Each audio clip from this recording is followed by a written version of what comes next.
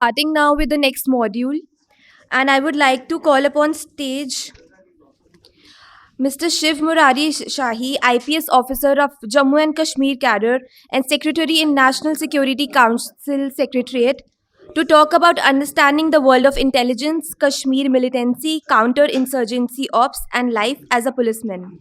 The module will be of 35 minutes. Thank you. Good afternoon, everyone. I hope you all enjoyed your lunch. And now we are back with another session. And I must say right at the beginning that this is not a very typical academic session. This is an interaction which you're all going to love. And today we have with us here Shiv Murari Sahai sir. Shiv Murari Sahai sir, he was an IPS officer. He served in Kashmir for 30 years, sir. For 30 years, fine. He retired as additional secretary from the National Security Council Secretariat. But that's just something which you read online or a very formal introduction. There is a lot behind that. For me, he is a guru. He is a mentor. My entire experience in counterterrorism, my research work in counterterrorism, throughout that span, he has been a great guide, philosopher, and a friend. And if you want to know Kashmir, that Kashmir from 1987-88 to Kashmir till 2016-15 or even later than that, then Shiv Sahai sir is an authority. And I'll just quote, sir, please allow me to quote something from the open source. Okay. If you guys are fond of spy world, espionage, intelligence, then there's one anecdote. There are lots of them, but I'll begin with this one. So in the 26/11 attacks in Mumbai, I mean, how could we find out that it was, the perpetrators were Pakistanis? It was actually Shiv Sahai sir who had infiltrated Lashkar while he was serving as IGP in Kashmir with his men, and he was the one who actually funneled those mobile phones with Indian numbers, and they were using those SIM cards. So through that connection, they were actually traced. The location was traced, and we got to know that it was Pakistanis. So this is just one example of how it works. And so now I'll give it to Sahai sir without getting into the gimmicks of cops and super cops and all that. I know you don't like that. Yes. So there's a lot of stuff which Sahai sir is going to share with you. Feel free to ask your questions, interact with him, and if you want to be an IPS officer, then please don't get inspired by some of the new kids on the block releasing Instagram reels, with the red beacons. I mean, here's a man sitting here to inspire you. So we have to hear right from him the stories of his life, the stories about the world of counterterrorism, Kashmir, and intelligence. Sir, over to you. Thank you, Abhinav. That is more than what I deserved. But anyway, we're all comfortable. I can mix languages, Hindi, English. There's no non-Hindi speaking people here. Okay. So many years ago, I was asked by the Vice Chancellor of Kashmir University to address students who are preparing for the UPSC examination, to give them guidance as to how to prepare for that examination. And amongst the very many students who had come there was a very bright young fellow who went on to top the IAS exam, and he was Shah Faisal. I wanted to make that interjection before you started to build the pressure. That when Sir was IGP Kashmir, I was in medical school, and I had this photograph of Sahai sir in my room. It used to hang there, and I used to look at it that, okay, I have to be like him. Honestly, and I wanted to be IPS. And I actually filled my option as IPS just because of Sir. He has been a tremendous inspiration for a lot of people. Maybe a round of clap for him. Of course, thank you very much, Faisal. And more than me, actually, he has been the inspiration of the youth in Kashmir. And frankly, if you ask me, it is his achievement that brought a turnaround. I'll talk about that later. But you are in very illustrious company. So more than me, he epitomizes what should be what you're looking at. Now, I've been asked to generally have a discussion with you all about a career in the intelligence services. Am I right, or do you want something else to be discussed? Okay. No, it's entirely up to them. I mean, I would request them to understand and to tell me what they want to understand. So let me go down to a very basic question. आपने कभी सड़क के ऊपर एक ठुल्ले को लाठी चलाते हुए घूमते हुए देखा है? देखा है ना? और जब मैं स्कूल में था, I used to also call them ठुल्लास. And I'm a ठुल्ला also. But what do you think he's doing at that time?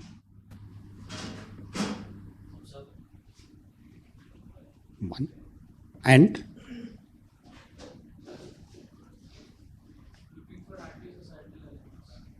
Two.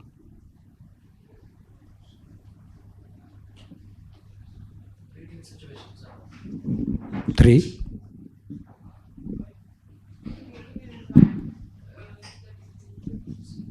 Four. Five. Anybody else?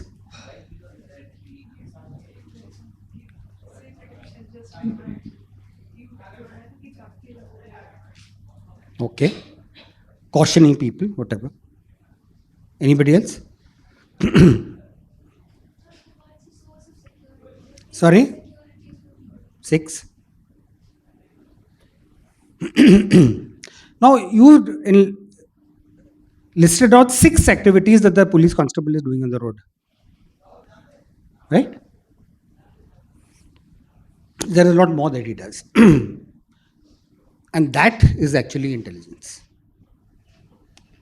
Intelligence is all available on the street. It's all available in open source. It's all available in media.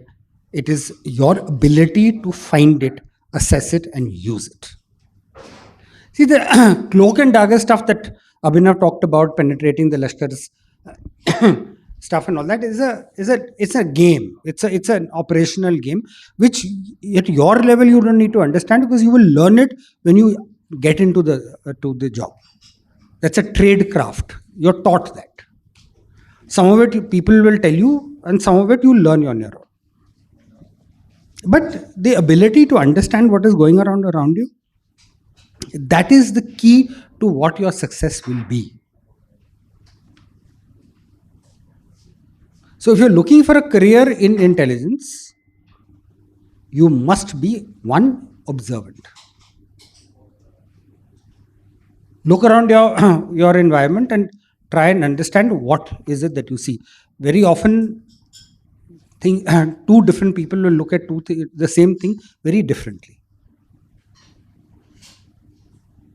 So that is lesson number 1. Now, if you're going to be looking at a career in intelligence, if I talk to you about intelligence, it's not going to help you. Because your examination will be on very basic subjects. It will be on general knowledge. There will be an interview on general things. So anything that I might discuss about what happened in Mumbai and what we did to get over there is not going to help you. That's like a post-examination thing. So the question that you have to answer to yourself, and that you will need to answer to the examination board, is that why do you want to enter into intelligence? So can I ask the class, how many of you actually want to do it? Very few. So are you willing for a life of anonymity? Because actually when you look at all the television shows, Family Man, that recent show about the American ops in Afghanistan and South America and all that, it all looks very, if I'm allowed to use the word, very sexy, right? Gun-toting people, capless, or some with crooked caps. It's all very, very glamorous, right? But the life of an intelligence officer is not that glamorous. What you see on screen is the product of the intelligence. You have provided the intelligence, you've given the action to them, and they're the ones who convert it. The guy who does the intelligence is somebody who is actually quite anonymous. So it is a life of relative anonymity. You can combine both, provided you are willing to get out of that mold. If you are willing to de-glamorize yourself, you can make a good intelligence officer. You would have heard the news that in a Kokernag encounter recently, 3 officers got killed. A colonel of the army, a major of the army, and a DYSP of the police. The DYSP of the police was the son of a very close colleague of mine. In fact, this morning when I was looking at the father laying the wreath on his son's official funeral, I couldn't hold back my tears. It was something very thing, and they say that the heaviest burden that a man can bear is the cortege of his own son. But due respect to the man who died, the reason why he died was because of glamour.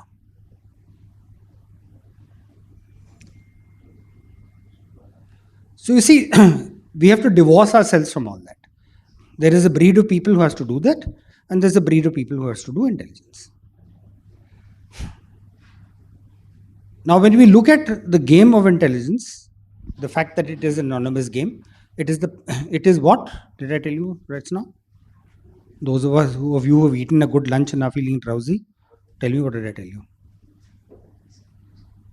Sleepy, no? Either wake up or go to sleep. Observation. Now, observation is something that is going to help you not only in your intelligence career, but in the preparation to your exams, to becoming an intelligence officer. How many of you are aspirants for the UPSC, by the way? So there are 1, 2, 3, 4, 5 people, 3 for intelligence, 7. What does the rest of the class want to do? They're still part of the UPSC. So, other than the civil service, what is it that you people want to do?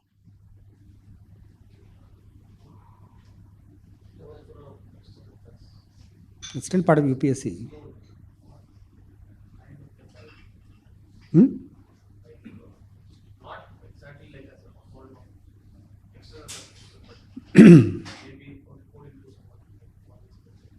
Foreign Secretary will have IFS officers reporting to him.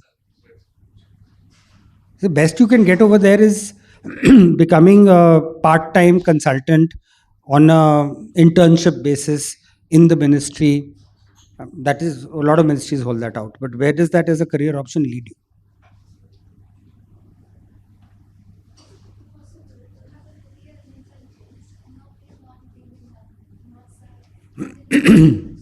Of course, उनको क्या कहते हैं हम लोग? जो लोग intelligence के मतलब not part of the department but they provide intelligence, मुखबिरान. He knows it very well because coming from Kashmir, mukhbir is a bad word for obvious reasons. In my context, mukhbir is a good word. It basically means you're a source. Okay, there is an option. You can become a good source also if you are technically qualified. Because if there is a shortage of anything in Government of India on the intelligence front, it is of technically qualified people. When I say that, of course, I hope that I will not be arrested for the Official Secrets Act. But the reason for that is that technology is an ever-evolving, growing thing, and nobody can keep up to it. So you have to have perennially people being brought into the technology sphere to help the intelligence agencies. So any of you who is looking into a career of providing intelligence to the intelligence organizations without becoming part of it, then must look at technology.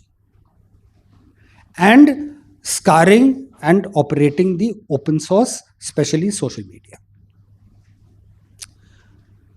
Right? Now, how many of you have got the ability to understand what social media is all about? And this, mind you, ladies and gentlemen, is all intelligence. Tell me. Information and certain patterns. So, for example, if I have to understand something about a person, I can actually scroll through their feed and get a lot of information about the likes, interests, and everything. That is there, and also certain patterns. For example, if I'm following a certain page and I see that Facebook used to allow on what a page is liking and what it is not. So you can actually see the direction of what the thought process of that whole organization. Okay, fine. Anybody else? Tell me. Adding to his point, it is also like narratives that lead to a fact. Like when someone is trying to create a narrative on a social media platform, but it is leading to a pattern which is giving you more information about what is going on. Like basically reading between the lines. True. Tell me.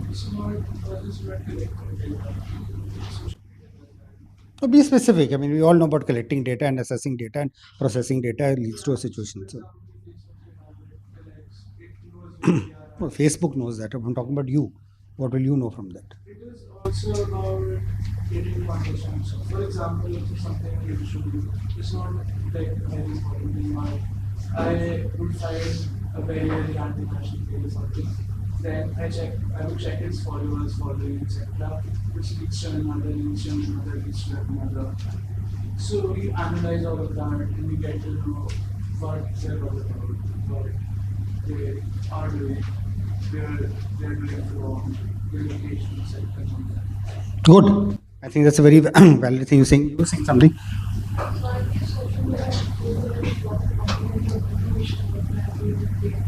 As Russia has election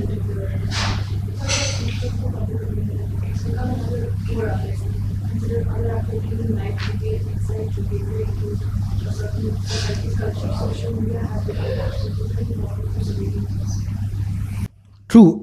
But is it just that?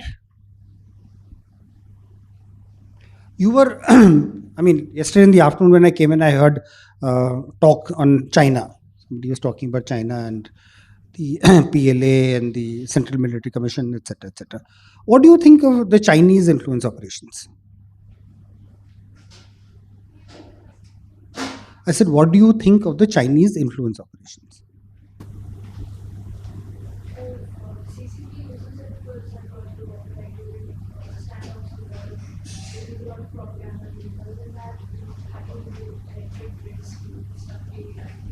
That's not influence operation. No, that's like an operation.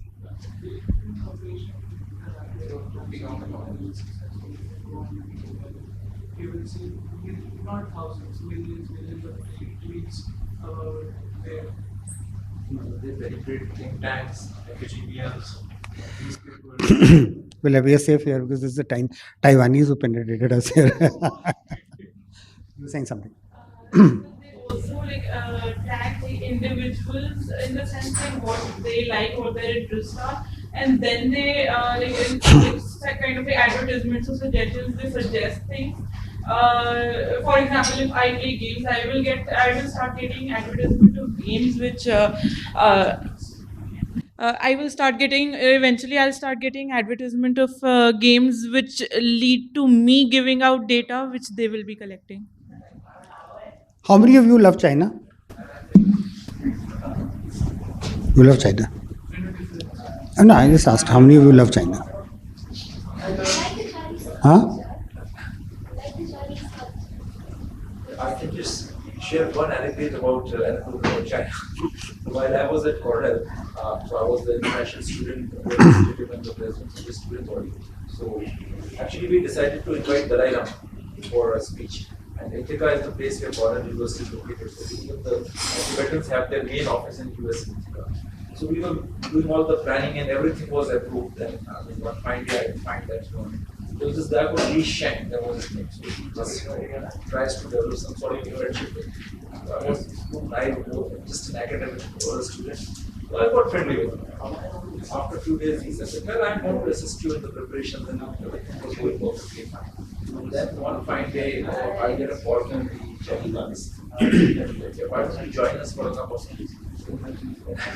I went to easy. For a cup of tea. Right after I entered, they gave me a box of chocolates and wines. And then they said that we will highly appreciate if you don't invite me now. After that, when I came back, I asked Li Shen, what happens in your country if you don't agree to go? He said that, well, they invite you for a cup of tea. Only thing is that you don't go back after that. So, barring two people in this room, nobody else seems to like China. So, why I ask that question is that really very effective Chinese influence operations? See, don't look at what they are doing. Look at what the impact is. And this is a narrative which I think we as Indians also need to understand. Especially a country which has got several conflict zones, several areas where we need to influence people in what we believe to be a positive direction, which means basically you're trying to encourage them to loyalty to the state. And when I say state, I do not mean government. Governments will come and go, the state will remain. Right? When I say this, I'm also aware of that I've gotten the presence over here, people who belong to the state where I worked in. And this is going to be a constant debate there. And I would like you all to understand that debate. So when we talk about influence operations in our own context, we have to see that we have got essentially 4 conflict zones.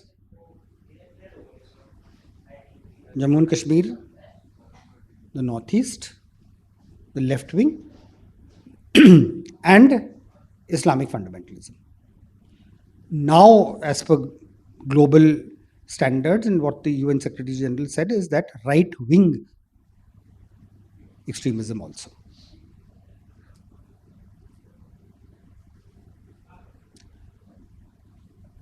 As academics, as professionals, we have to understand without emotion all these phenomena. The trap that you all will fall into is that when you start getting emotionally involved into it. In J&K, I used to run, I tried to run actually, and ran for some time, a think tank, a police think tank, which used to call ISLA. ISLA in Urdu also means to set right. The acronym came from the Institute of Studies, Learning and Analysis. So I commissioned a student of Kashmir University, not Shah Faisal, somebody else, to come and do a study for us about a very mundane question. What did they think of the police? When I saw his report, I said, I can't accept this report because it is only emotion.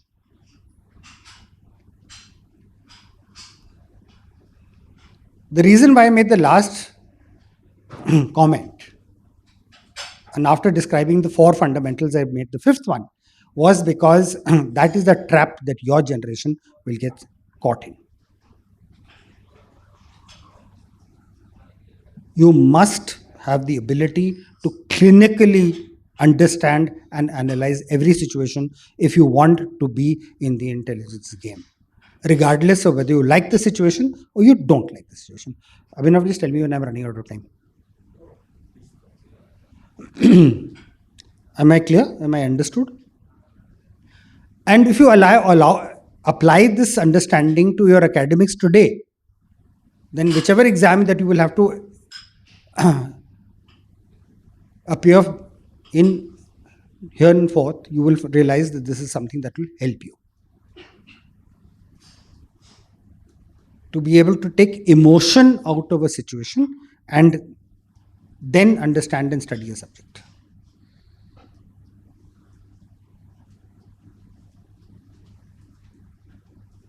It was around the time around 2002, 2003, I was supposed to go as DIG Rajouri, and I was at a friend's place and dinner in Delhi. And there was another army officer there who I was briefly introduced to.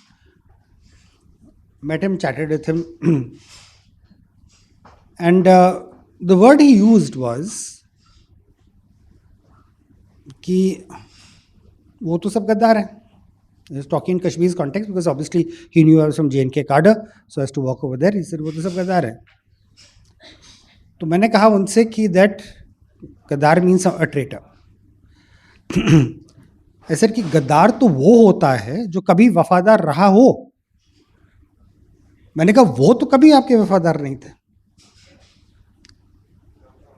And if you have to understand India's complexities and problems, you have to understand the population that you are governing. How do they think?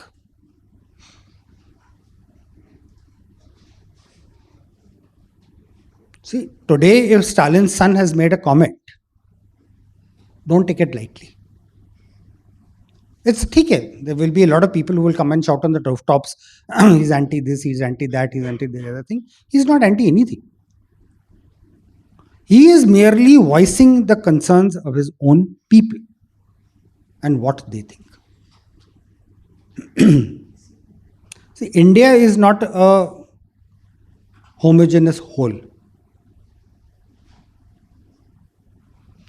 That is India's strength. The minute we are able to realize that, we will be on top of the game. These are some of the fundamentals that you have to understand when you talk about intelligence games, intelligence community, influence operations. Because why I give the Chinese example is that you may be talking down to a population, you may be talking at the population, but the question is that are you talking to the population or not? The British ruled us for several centuries.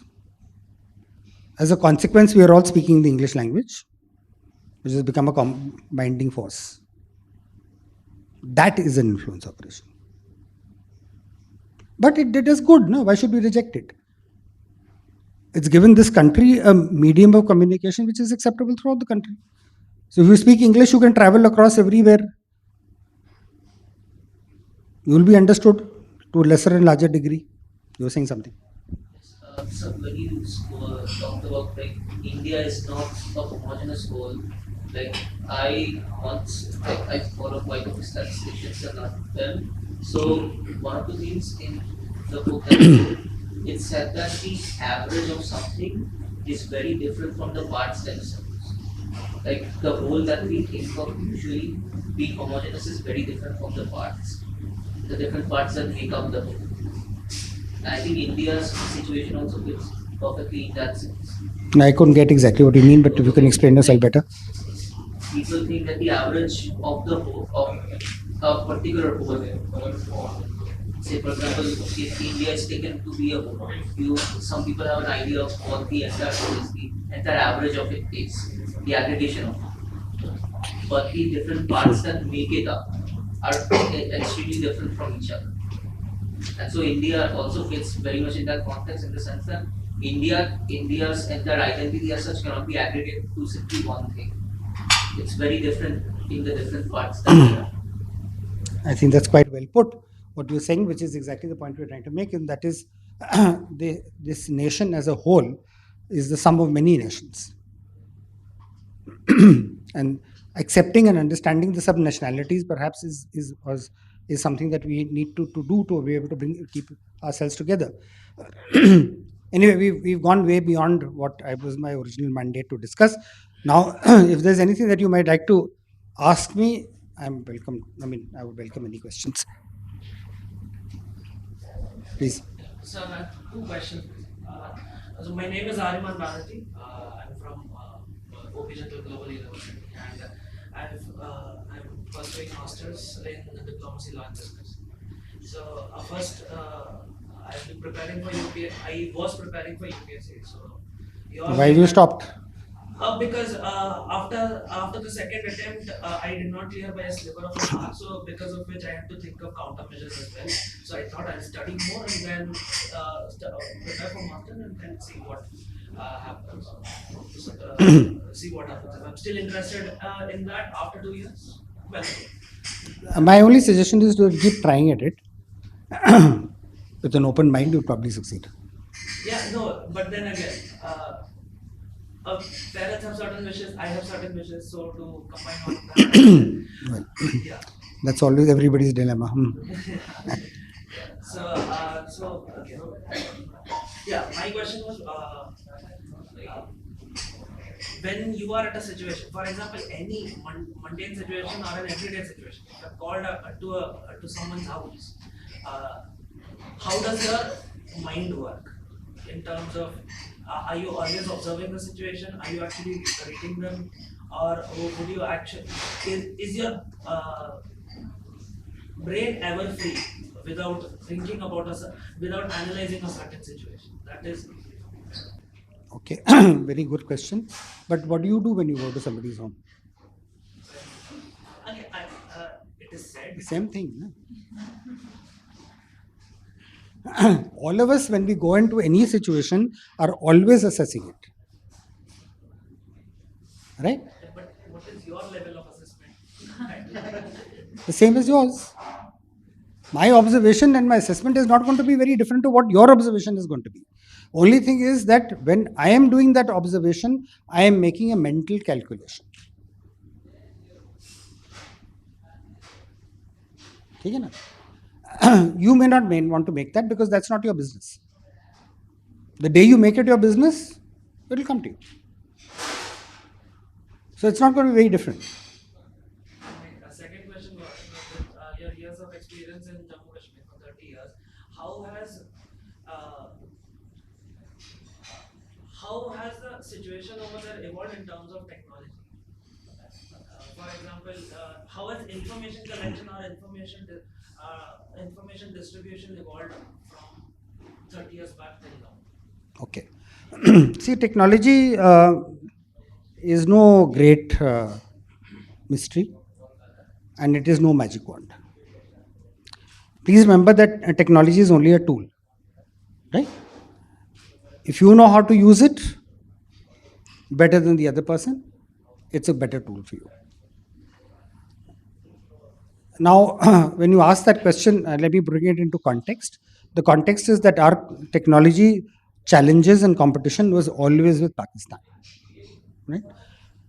And whatever you may say about Pakistan, Pakistan is a very modern state. Pakistan also has access to all the technologies that you have got access to. Of course, not Chandrayaan, but apart from that. The thing is that the kind of technologies that are required for the kind of operations they want to conduct, they have got that much access. But the question is that how good are your people who can use it? Now, there, the technology can't help you. Your understanding has to help you. I'll give you an example of something that happened with us. It's a very nice story, but also a very sad story. In 2006, I took over as IG Kashmir, and I realized that the J&K police did not do interceptions. That were largely done by an intelligence agency, and the outcome of those inputs would be given to us for operational reasons. So we decided to start, and we set up a laboratory. We got some people to come and start the analysis part of it. While this was happening in the operational headquarters, which in Kashmir we used to call cargo, I don't know how many of you are familiar with that word, but that was the hub of operations in Kashmir at that time. There was another office of the SP South, and there was a constable there by the name of Altaf, who had just been reinstated from in service because he had been suspended for allowing a convict to escape from the lockup. So with great difficulty he was brought back. So he happened to be working in the office of the SP South as just a reader kind of person who would read documents and put them into files and things like that. And one day the SSP of Srinagar happened to be visiting the office of SP South, and this constable brought in Urdu document. And while reading it, and he was they were discussing something, and this boy said, कि sir ये मयस्सर नहीं होगा. And people who ordinarily speak Urdu also would not be able to get that word. So when the SSP heard that word, he looked up at this boy and he said, कि तुम्हारा नाम क्या है? इसमें जनाब Altaf. Matter finished there. Now the SP South got very excited. He said, cargo mein, these things are happening, interceptions are taking place, intelligence is coming in. What am I doing? So one day my DIG came to me and he said, कि sir, wo Altaf has taken a loan and bought a laptop for 10,000 rupees and he needs your permission to start interceptions. So I said, how is he going to do it? So how many of you have heard of a phone called Nokia 1100? Original वो phone आता था. And he actually downloaded Adobe Reader on his laptop. So I allowed him to use the Nokia 1100 as an agency number on which the interceptions could land. And he had no intercepting machine, so what he would do is use a speaker and record it on the laptop. And would you believe, without exaggeration, we dismantled the entire Hizbul Mujahideen infrastructure from that laptop, from that Nokia 1100 and that Adobe Reader. Right? That is what technology can do for you if you know how to do it, as simple as that. And all this sophisticated equipment that was current at that time, which we had put into the operational headquarters, ran into competition. The man became a legend in J&K. He was known as Altaf Laptop.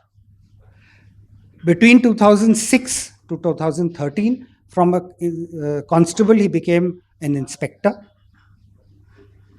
We lost him in an operation.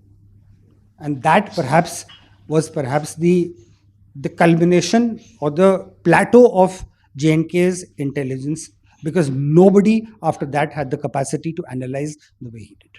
So at the end of the day, what I'm trying to explain to you is that a simple laptop bought at a loan of 10,000 rupees, which I had to pay for ultimately. So, I don't want to sound bad about it. With a simple Nokia 1100, but the ability to understand and analyze. So that, ladies and gentlemen, is actually what intelligence is about. Why I gave this example was that it actually brings together intelligence, technology, and somebody's ability to apply it. Sir, you're a dangerous man. Police-centric intelligence apparatus. We have a very police-centric intelligence apparatus. You are a police officer, you worked in that. So I would just like to know your thoughts. What should we do about it? Should we spread out? Should we expand? Because in the US, I see that CIA straight away goes to the universities for hiring, recruiting people. And they have psychologists, they have even psychs, they have sociologists, they have people like working as economists, working in the intelligence. So should we have those kind of improvements? And second question, since you worked in Kashmir, a very fundamental question. What motivates a person to join a terrorist organization? And third question, since I remember, the 2006-7 to 2012 were the times when even most of the JASH structure was almost dismantled, and by 2012-13 it was said that there were hardly 10 to 12 JASH militants left. So just tell us a little bit more about these two organizations, JASH and Lashkar, some differences about the training structure and the political profile of their militants. Okay, that's a very vast thing. I should have been given another session to talk about just that. So first questions first, Abhinav, what do you think about police-centric intelligence organizations? No, I agree with that. Intelligence has to be a very specialized job, and this country has got those agencies. We have got for external intelligence the RAW, which is doing a fairly decent job, as you may be reading in the papers also. But what you don't read in the papers is also a very decent job. You've got the Intelligence Bureau, which looks after generally internal intelligence, which is also doing a very good job. Because at the end of the day, we must recall that whatever talks and rhetoric you may hear about terrorism, The question is that today, the country is seeing a very peaceful phase. I use the word phase because these things don't last if they're not managed properly. But when it comes to the day-to-day intelligence, it's not only about terrorism.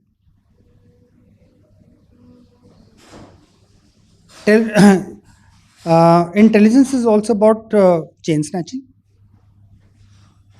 It's also about mobile snatching.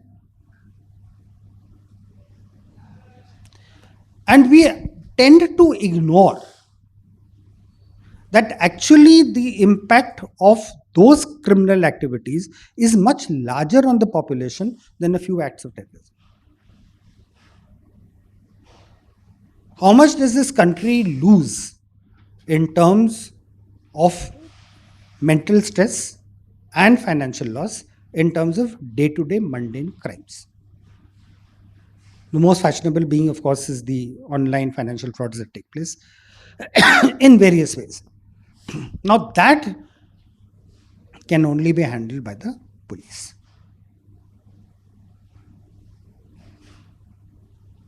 When I talked about the Thulla who was walking with the stick on the thing, is basically you yourself enunciated about 5 to 7, 6 activities that he does.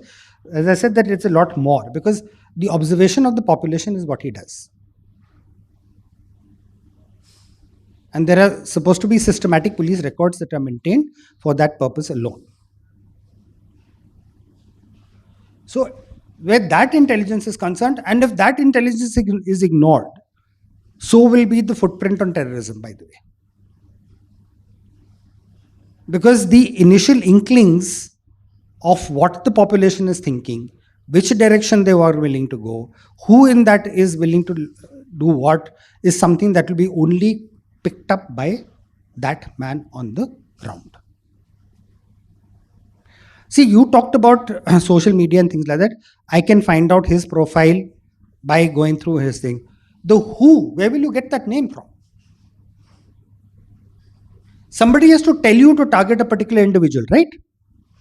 Now that target individual, who you have to target, who will tell you that? So it has to come from a human intelligence part of it. So what is required is a very good marriage of technology and human intelligence. That is why it will come through. Yes, it requires a lot of specializations because there are various aspects to it. You can't expect one individual or a group of individuals to be able to address it all. So you will require specializations. And of course, the sphere goes out. When we compare ourselves to America, we should not. America is an empire.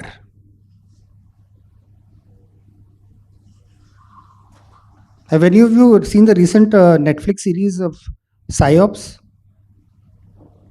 Where, they talk about CIA operations in Afghanistan, then they talk about CIA operations in South America, and probably they'll go on to some other country or the other. So they think very differently. We don't need to think like that because I don't think we are out on a campaign to dominate the world. Not even dominate South Asia, forget about the rest of the thing. So we have got different requirements. Their requirements are different. So they will look at intelligence from a very different perspective.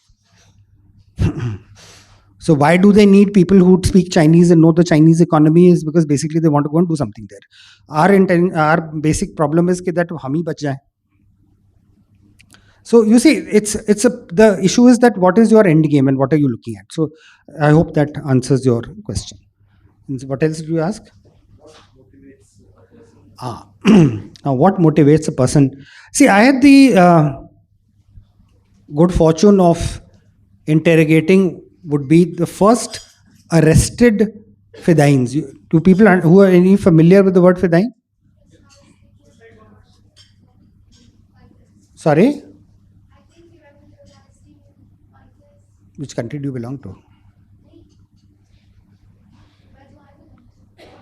Oh, great. You still haven't heard the word Fidain? Have you heard of the attack in Parliament? Who do you think did that? Who do you think did the attack in Bombay? See, I'm a little surprised, but I'm not surprised that you're a little divorced from realities. That is because the Fedayeen attack basically means suicide attackers. The Fedayeen attackers actually changed the entire paradigm of terrorism. Because earlier to that, our presumption was that when a terrorist attacks a particular location, he will want to escape. So all that you thought of was that if I secure the perimeter enough that the person cannot escape, and if I can secure the entry points enough so that the person cannot enter, I am safe. Presumptions of physical security. So what did the Fedayeen do? He came and made a frontal attack. Right? He came and killed your security guards there, probably blew up your entrance and entered the building and shot or did whatever he wanted to, as he did in the parliament in 2001. And was not bothered. You could surround him, kill him, doesn't matter. So now nobody knew what to do with that. So then, of course, a lot of other thought process came in. And the most important thought process that came in is that it can only be now countered by intelligence. So answering your question as to who becomes a Fedayeen.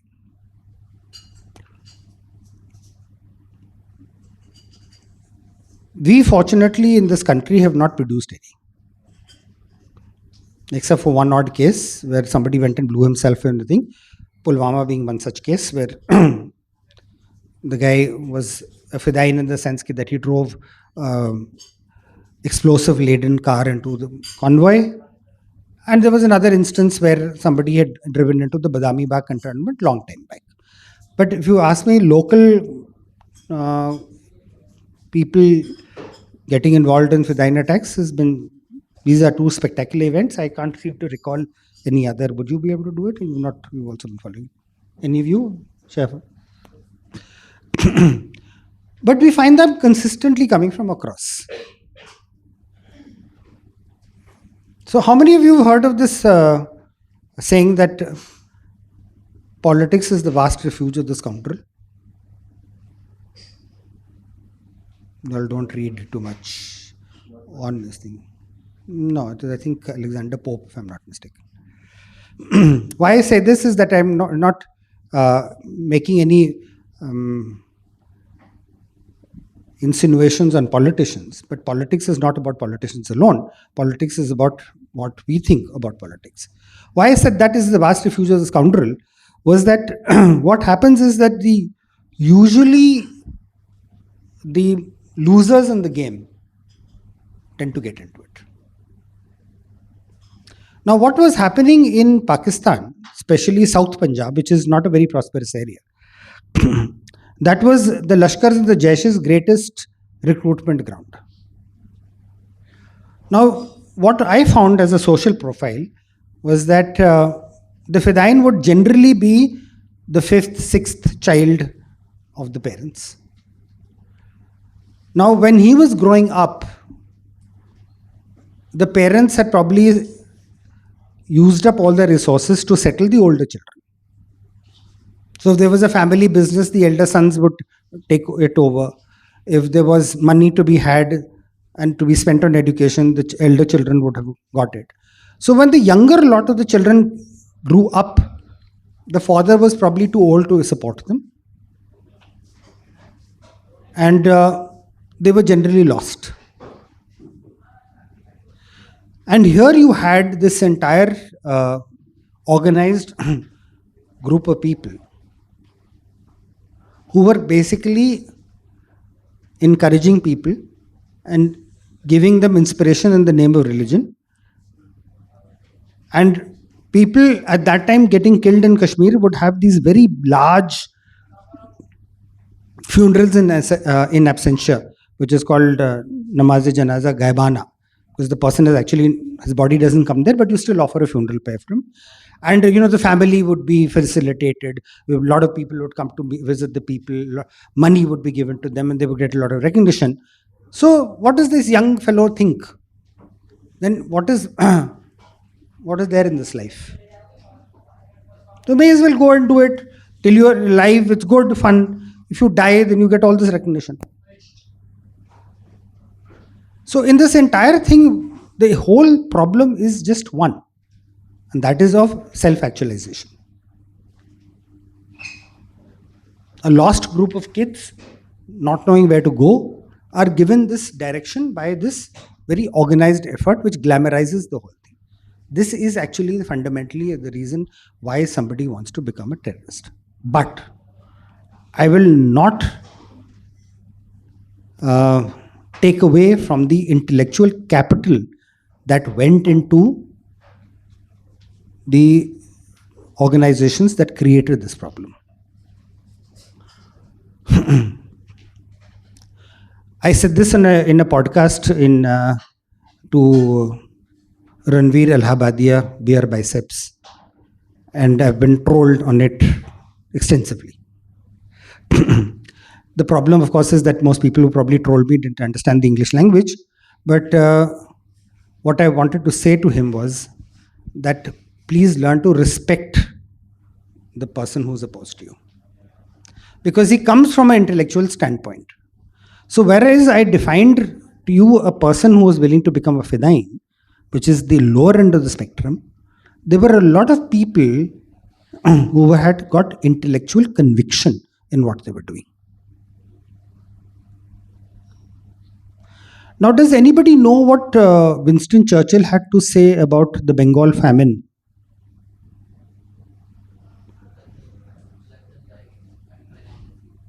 No, that is what he did. See, at the end of the time, when he was told that a lot of Indians were dying out of famine, he says, why has Gandhi died till now? Do you realize that? Now, in the Winston Churchill's eyes, what was Mahatma Gandhi? So it's a matter of, he was looking at from the point of the British Empire, and he found this half-naked fakir, a pain in the neck. I would have used a different word if it was not present company, but that's what he found him. So you see, from a British perspective, would it have been wise on their part to dismiss Gandhi as just somebody else? No. Now I'll tell you my own conversation which I had with Yasin Malik. So one day I sat with him and I asked him, I said, what is your problem? Yasin Malik is a very engaging fellow. So he turned around to me, he said, Sahai Sahab, he said, have you ever talked to the Kashmiri other than by trying to buy him over or by threatening him? So when you have this conversation, हमने 70,000 crore रुपए खर्च कर दिए, 1 lakh रुपए खर्च कर दिए, even the Kashmiri is still not loyal to us. What is the conversation you are having? That you've thrown money at them, but you're not able to buy their loyalty. Or you send in the army, you send in the police, you send in the paramilitary forces, and you try to subdue them. Where is the conversation? And because of our inability to have that conversation is why you have the terrorists being created. And this is completely government party agnostic. This mistake has been made from everybody from the beginning till now. And when I say this is to be clinical, you have to be clinical about understanding this without emotion.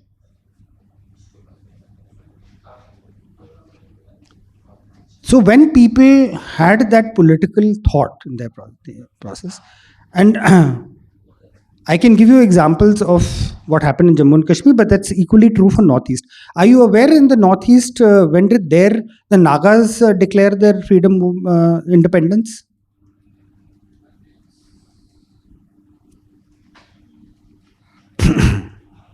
The Nagas declared their independence on 14th of August.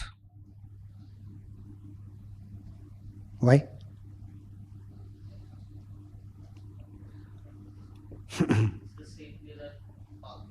No, it has nothing to do with Pakistan. Incidentally, this is the mistake we make. Don't link it to Pakistan. There's a different problem. Because they just didn't accept you. They didn't accept the Indian state. So they declared their own independence. How many of you know that?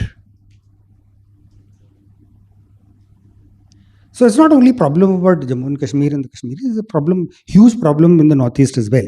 I'm sure you're aware of what's happening in Manipur. So you see, we all come to these things as with preconceived notions. I don't hold any brief for the water who has to be fed all that. But you as academics must understand that.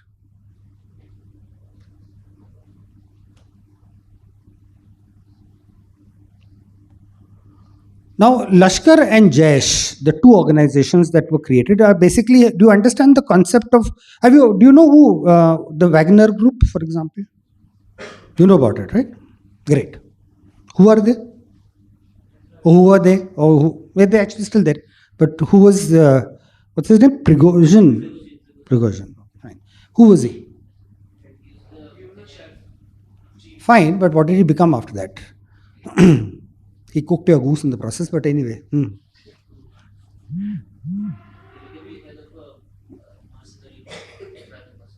Good. Did he? I thought the reverse is true. Anybody else willing to tell me what Wagner was? Or who Wagner was? Oh, sorry, the group is Wagner. Prigozhin, whatever his name was, what was he?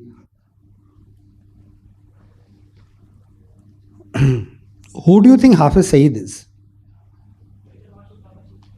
He is exactly Wagner of Pakistan. Okay, who do you think Maulana Masood Azhar is? Another Wagner of Pakistan. So Pakistan has basically used two ideologies. The Lashkar, which subscribed to the Ahle Hadith, and the the Jaish-e-Mohammed, which subscribes to anybody willing to tell me which group, religious group, denomination that they subscribe to? Who are not supposed to answer this? Deoband. The Deobandis are perhaps the most influential theological organization in South Asia, I would say, with a little bit of caution, maybe in the world. Their influence extends to Afghanistan, to Central Asia, to wherever. Do you remember this famous case that during COVID in the Bangla Masjid, a lot of people had been trapped and had to be taken out? Where his boss and mine both got COVID. There were people from all over. I think about 13, 14 countries, citizens were trapped in the Bangla Masjid. Now, Deoband as a group started off in India and was basically started as anybody understands why the Tablighi Jamaat started off? Why?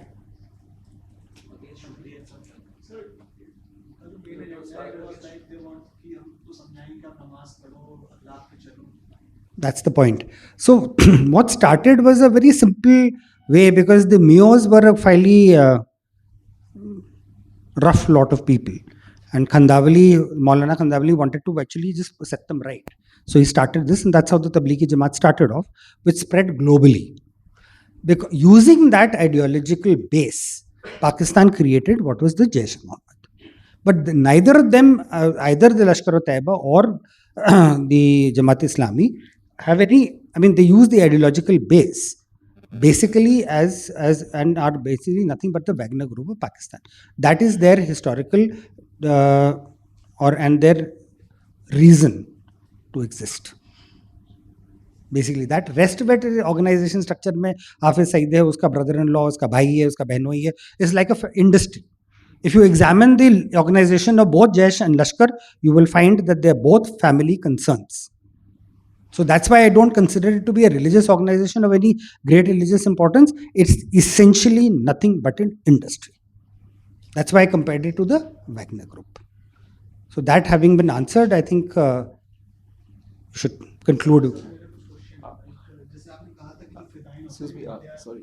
Actually, no, we have picture waiting here because Dr. Kundapalli is already here. He has to leave. We're very sorry, sir. No, absolutely right. I mean, I just thought I would Thank you very much, sir. Definitely, it was a very insightful interaction. We learned a lot. And thanks a lot for coming here. And I must add something at the end. Sir has not just been a cop, but there's a very strong humane side to his personality also. While I was researching in Kashmir, I met a man who was a good photographer. He started showing me some pictures. And then I asked about his background. He said that he was a stone pelter earlier and he met you. I guess you inspired him and you even gifted him a DSLR camera. And after that, he has been just, doing some amazing photography. So he's the one who has motivated lots of stone pelters to join the mainstream. Thank you very much, sir, for coming here. Felicitation. Thank you so much, sir. That was such an astounding talk. I would like to request Dr. Abhinav to please felicitate, sir.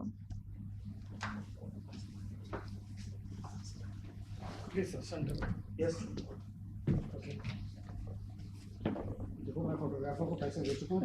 Yes, sir. No, sir. Please, Ahmed. Yes. Very good. Thank you. Thank you.